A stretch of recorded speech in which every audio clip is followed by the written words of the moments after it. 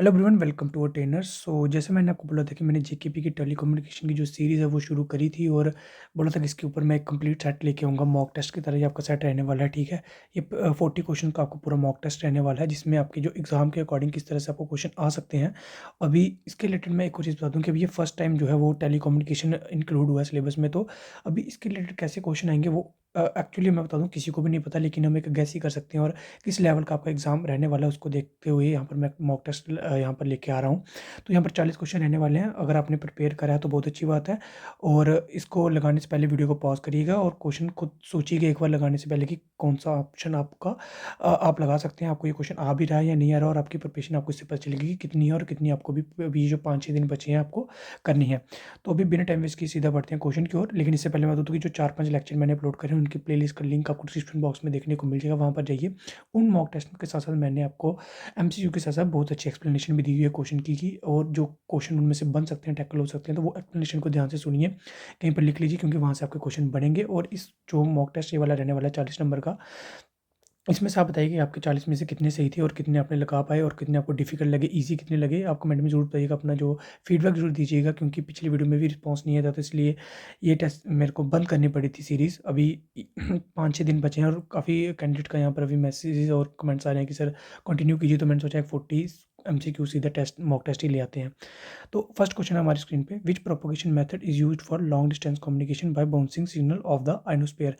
तो ये पिछले वीडियो में मैंने आपको पूरा एक्सप्लेन करके अच्छे से बताया था कि आइनोस्फीयर से कैसे रिफ्लेक्ट होकर वापस जो हमारे वेव्स हैं, यानी कि हमारे जो सिग्नल है वो रिफ्लेक्ट होते हैं आइनोस्फीयर से। आई मोस्ट की मैंने आपको ट्रिक भी बताई थी। तो इसका आ जाएगा आपका option number B, sky wave propagation हमारी जो कि आइनोस्फीयर को एज ए बाउंसिंग बैक एक रिफ्लेक्टर की तरह यूज़ करती है सिग्नल को ट्रांसमिट करने के लिए, ठीक है। इसका आ जाएगा option number B, sky wave. इसकी एक्सप्लेनेशन भी मैंने साथ साथ में हर क्वेश्चन की यहाँ पर लिखी हुई है, तो एक बार ये भी देख लीजिएगा। इसका पीडीएफ मैं आपको टेलीग्राम में दे दूंगा, सभी के लिंक आपको डिस्क्रिप्शन में मिल जाएंगे टेलीग्राम वगैरह के, तो वहाँ पर देख लीजिएगा इसकी PDF.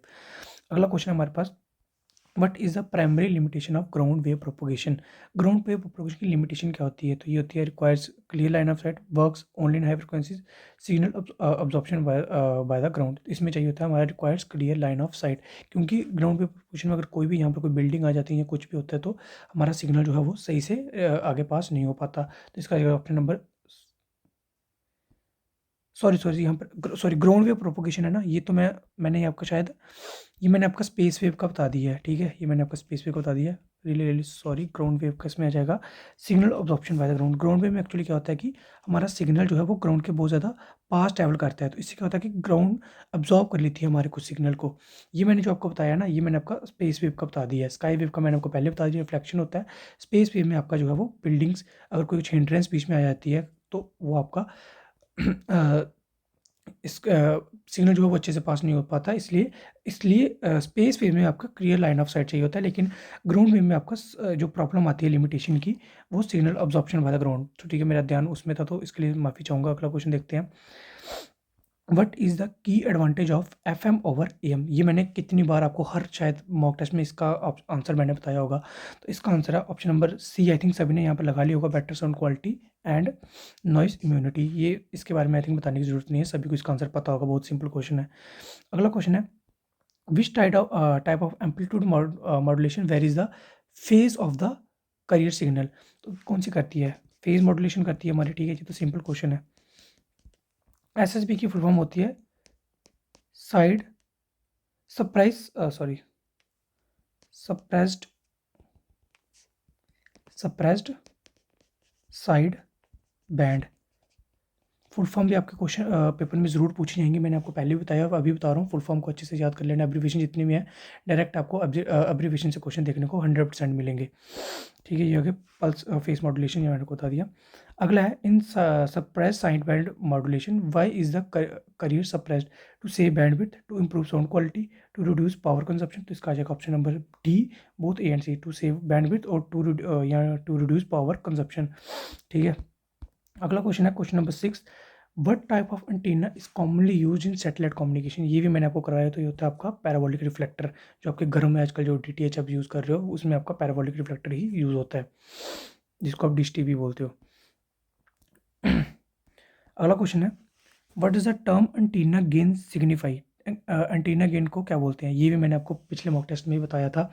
Resistance to interference, ability to direct energy efficiently, frequency, range of operation या इलेक्ट्रिकल इंपीडेंस। तो ये था आपका option number B, ability to direct energy efficiently. अब थोड़ा जल्दी जल्दी करते हैं, वीडियो काफ़ी लेंथी, वीडियो मेरी काफ़ी लॉन्ग हो जाती है क्योंकि मैं एक्सप्लेन बहुत ज़्यादा करने की कोशिश कर देता हूँ। अगला क्वेश्चन है, what does frequency reuse in mobile communication aim to achieve? Avoid interference with the same cell, increase the efficiency of the frequency spectrum, enhance call quality, minimise dropped calls. तो इसका आ जाएगा option number B, increase the efficiency of the frequency spectrum. अगला question है, what is the main difference between hard and soft hand offs? तो इसका answer आएगा, direct में बता देता हूँ आपको, option number C, soft hand off is used in GSM while hard hand off is for CDMA. ठीक है, इसकी एप्लीकेशन मैंने आपके फुल फॉर्म आके लिखी होगी थी, मैं आपको आगे बता देता हूँ। बार बार बताऊंगा तो फिर टाइम वेस्ट होगा फालतू में, इसकी भी आगे बता देता हूँ। ठीक है, अगले क्वेश्चन में मैंने बताए हैं ये क्वेश्चन आगे। Which digital modulation method is most robust against noise? तो ये होता है आपका, कौन सा होता है नॉइस के अगेंस्ट, कौन सा सबसे अच्छा काम करता है? तो ये आपका करता है PSK, phase shift king method. ठीक है, फेस शिफ्ट किंग। FSK हो गया frequency shift king, frequency shift king. और एम्पलीट्यूड का आ गया ASK का, मैंने बता दिया एम्पलीट्यूड शिफ्ट किंग, PSK का फेस शिफ्ट किंग। तो इसके मैंने मैं थोड़ा सा फेस शिफ्ट किंग के बारे में थोड़ा सा यहाँ पर एक्सप्लेन भी किया हुआ है। इसकी सबसे पहले मैं बता दूँ, दो टाइप की होती हैं, बाइनरी फेस शिफ्ट किंग और क्वाड्रेचर फेस शिफ्ट किंग। जो हमारी क्वाड्रेचर फेस शिफ्ट किंग होती है ना, ये हमारी बेटर होती है। ये भी क्वेश्चन पूछा जाता है क्योंकि ये, अगर हम थोड़ा सा डीप जाएँ इसमें टेलीकम्युनिकेशन में, तो ये बहुत ही ज़्यादा डीप टॉपिक है जो मैंने आपको बताया हुआ है। देखिए, जीरो पे क्या होता है कि सिग्नल पूरा होता है, और एक पे क्या होता है कि हमारा 180 डिग्री पीछे से शुरू होता है।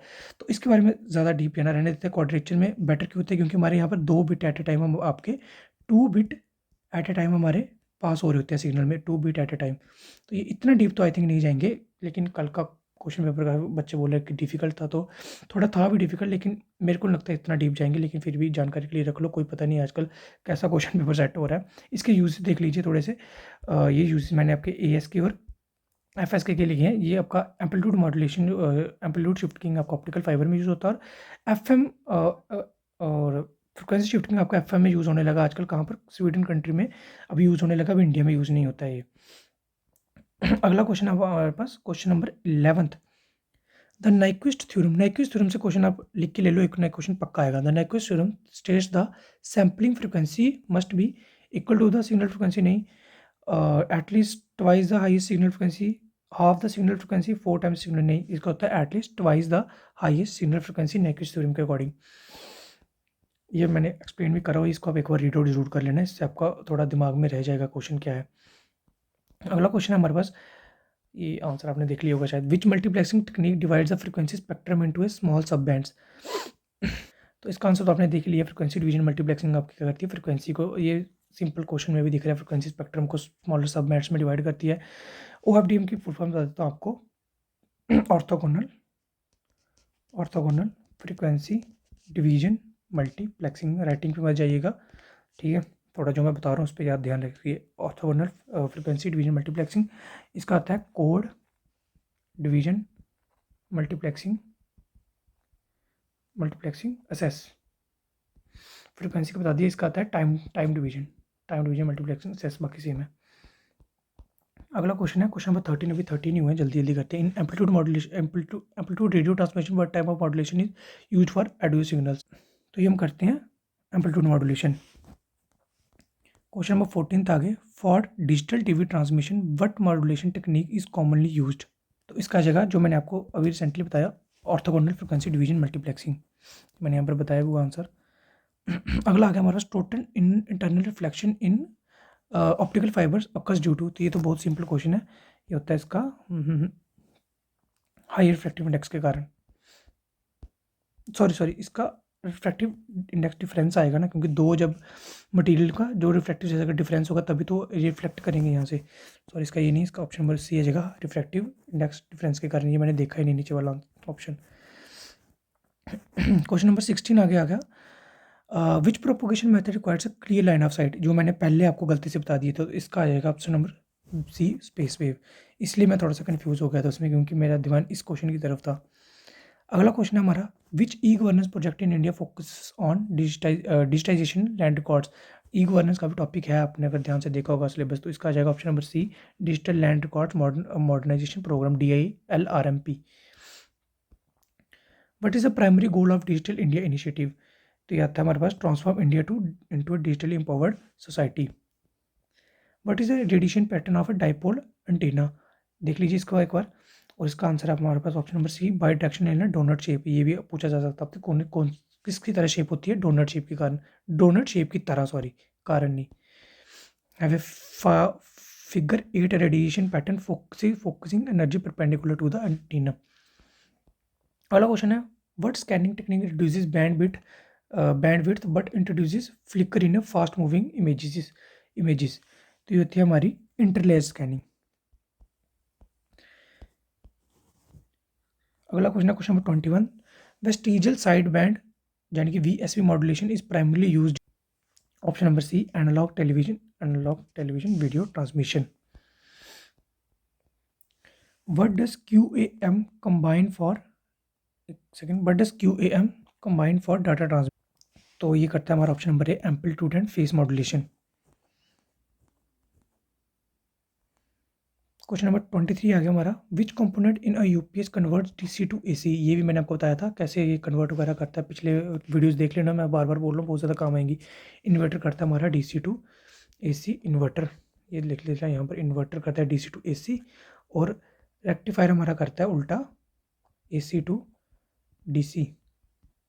और इसमें अभी तो कुछ याद नहीं आ रहा, अगर याद आएगा तो बताऊँगा। ट्रांसफार्मर क्या करता है?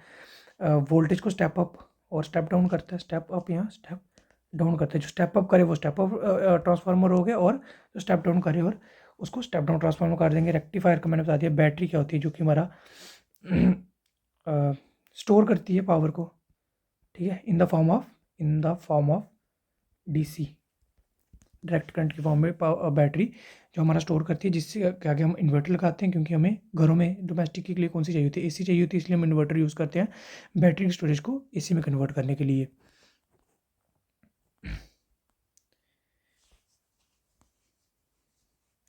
विच solar type is environmental friendly? तो कौन सा होता है? जितने हमारे लेड फ्री सोल्डर होते हैं वो हमारे इन्वायरमेंटल फ्रेंडली होते हैं सारे, ठीक है, ये नहीं होगा। ये आगे मैंने थोड़ा सा सोल्डरिंग को एक्सप्लेन करा हुआ है, तो यहाँ पर देख लीजिए। सोल्डरिंग क्या होती है? हमारी सॉलिड लिक्विड स्टेज वेल्डिंग होती है हमारी सोल्डरिंग, जिसको हम बोलते हैं हेट्रोजीनियस वेल्डिंग। हेट्रोजीनियस का मतलब होता है कि इसमें दो अलग अलग एलिमेंट यूज़ होते हैं, एक तो बेस होता है हमारा बेस होता है, और एक दूसरा क्या होता है हमारे पास, जो वेल्डिंग सोल्डरिंग मटेरियल जो हम यूज़ करते हैं, ठीक है, सोल्डरिंग मटेरियल, इसलिए हम इसको हेट्रोजीनियस वेल्डिंग बोलते हैं सोल्डरिंग को। और इसका जो टेम्परेचर होता है वो हमेशा 450 डिग्री सेल्सियस से कम रहता है, 450 डिग्री से कम रहेगा, उसी को हम सोल्डरिंग बोलेंगे। उसमें सोल्डर होते हैं कुछ, सोल्डर की टिप जो होती है हमारी, वो हमारी कॉपर की होती है। रीड आउट कर लेने काफ़ी इंपॉर्टेंट चीज़ें मैंने यहाँ पर लिखी हुई हैं, जिसमें जैसे इसके टाइप लिखे हुए हैं सोल्डर के, soft solder, medium solder, electric solder और प्लम्बिंग सोल्डर। जिसमें हमारे लेड और टिन की क्वांटिटी कुछ इस तरह से होती है, 40% लेड होता है, 60% टिन होता है, ठीक है। इसको याद रखने का भी एक तरीका है, इसको आप पहले लिख लीजिए, soft, medium, electric, plumbing.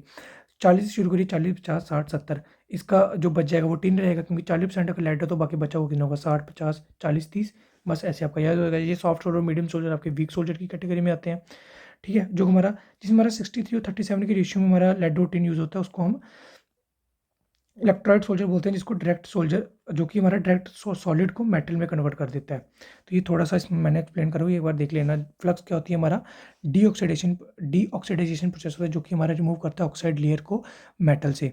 Most common हमारे जो फ्लक्स हैं वो है zinc chloride, hydrochloride, NH4Cl, sodium chloride, sodium hydrochloride, ठीक है। और जो बेस होता है हमारा, यानी कि ऑर्गेनिक होते हैं जो, होते हैं रोजिन, जिसमें रोजिन सबसे ज़्यादा यूज़ होता है। तो एक बार अच्छे से रीलोड कर लेना, काफ़ी ज़्यादा इंपॉर्टेंट है।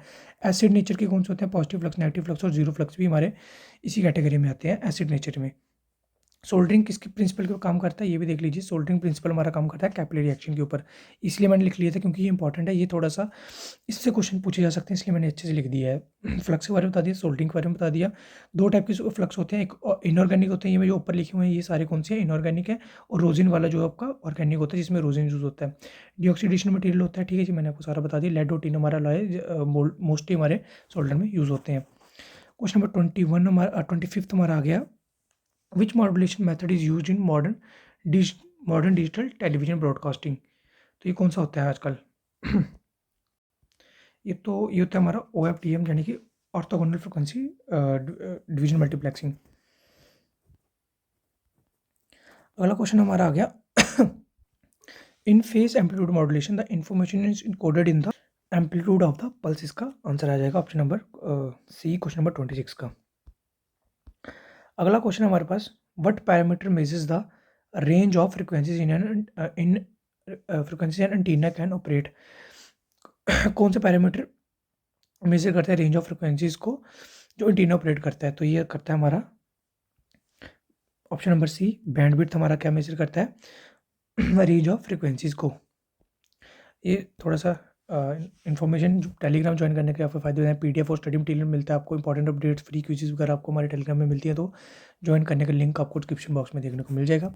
अगला क्वेश्चन देखते हैं, which GSM feature allows user to retain their number across networks. तो ये करता है हमारा सिम कार्ड्स। GSM की फुल फॉर्म शायद मैंने नीचे लिखी होगी, हाँ, global system for mobile communication, जिसकी फ्रिक्वेंसी होती है हमारी 900 से 1800 megahertz. Code division multiplexing access uses which technique to separate multiple uses on the same frequency? तो ये करती है हमारी code division multiplexing. Question number 30 है, which what principle allows light to propagate in optical fibres. तो कौन सा करता है principle? Total internal reflection. Which material is typically used for the core of optical fibres. तो ये करता है हमारा ग्लास, जिसका रिफ्लेक्टिंग इंडेक्स हमारा होता है 1.4 से 1.7 के बीच में। तो ये बना किसका होता है? सिलिकॉन ऑक्साइड का। ये भी याद रख लेना, इसके बारे में लिखा हुआ है नीचे। Antivirus software is vital in e-governance to ensure data encryption, prevent unauthorised access, detect and eliminate malware threats. Option number C यहाँ पर बिल्कुल सही हो जाएगा। सब्सक्राइब कर लीजिए चैनल को, अगर आपको वीडियो अच्छी लग रही है थोड़ी सी भी सब्सक्राइब करके लाइक भी कर देना है, जिससे हमारा मोटिवेशन बना रहता है ऐसे ही अच्छे अच्छे वीडियो आपके लिए लाने का। क्वेश्चन नंबर 33 है, what is the primary purpose of database management system in governance. तो DBMS का क्या काम होता है? Efficient data storage and retrieval. जिसके कुछ DBMS के सॉफ्टवेयर के कुछ एग्जांपल्स पूछ लिए जाते हैं बहुत बार, तो इसके होते हैं कुछ ओरेकल, याद रख लेना, और नीचे भी लिखे होंगे शायद मैंने, हाँ, ओरेकल, MySQL। SQL का मतलब होता है सी, इसकी फुल फॉर्म आती है स्ट्रक्चर्ड क्यूरी लैंग्वेज, ठीक है। ये भी सीधे कीमर ऑप्शन क्वेश्चन पूछ ही देता है SQL की फुल फॉर्म का। MongoDB हो गया, रेडिस हो गया, MariaDB हो गया, ये कुछ पॉपुलर जो सॉफ्टवेयर हैं जो कि हमारे डाटाबेस मैनेजमेंट में काम आते हैं। इन OFDM यानी कि orthogonal frequency division multiplexing, which issue does it handle better than traditional techniques. तो ये हमारा इंटरफेरेंस को रोकता है, तो यानी कि ऑप्शन नंबर बी आपका बिल्कुल सही हो जाएगा। इंटर सिंबल इंटरफेरेंस को ये कम करता है। अगला क्वेश्चन है, कितने क्वेश्चन रह गए? 5 क्वेश्चन रह गए ना, जल्दी करते हैं। But phenomena enables humans to perceive continuous motion in television. ये मैंने आपको बहुत अच्छे से एक्सप्लेन करा था डिस्टेंस ऑफ विजन का। आई थिंक लेक्चर 1 में ही मैंने आपको ये एक्सप्लेन कर दिया था, तो वीडियो देख लेना, लिंक मिल जाएगा डिस्क्रिप्शन में पूरी प्लेलिस्ट का। अगला क्वेश्चन है, what is the standard bandwidth of for a television channel. तो ये होती है हमारी 6 मेगाहर्ट्ज। वेरी हाई फ्रिक्वेंसी जो होती है हमारी टेलीविजन चैनल के लिए 6 मेगाहर्ट्ज रहती है। In ultra high frequencies ultra high frequency are typically used for mobile and digital TV broadcasting.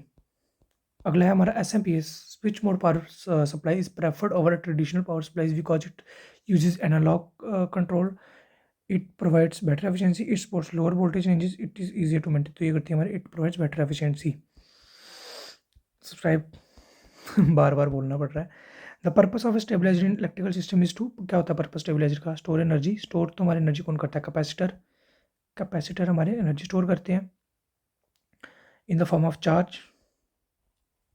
Protection against over current, ये तो मैंने आपको कहीं पर बता दिया हुआ, MCCBs, ठीक है, MCCBs और RCB, ये मैंने कई बार बताया हुआ आपको पिछली वीडियो में, तो पिछली वीडियो ज़रूर देख लेना।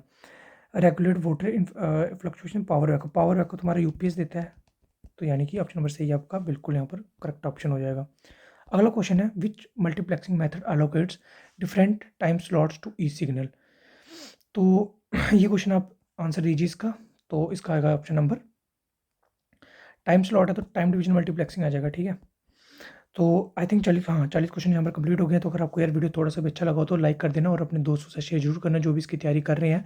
तो अगर आपको चाहते हैं कि मैं ऐसी वीडियो लाता रहूँ तो प्लीज़ इस चैनल को सब्सक्राइब करें और लाइक ज़रूर करें और शेयर ज़रूर करें इस वीडियो को, क्योंकि आपका शेयर, लाइक करना और सब्सक्राइब करना ही हमारे लिए मोटिवेशन का काम करता है।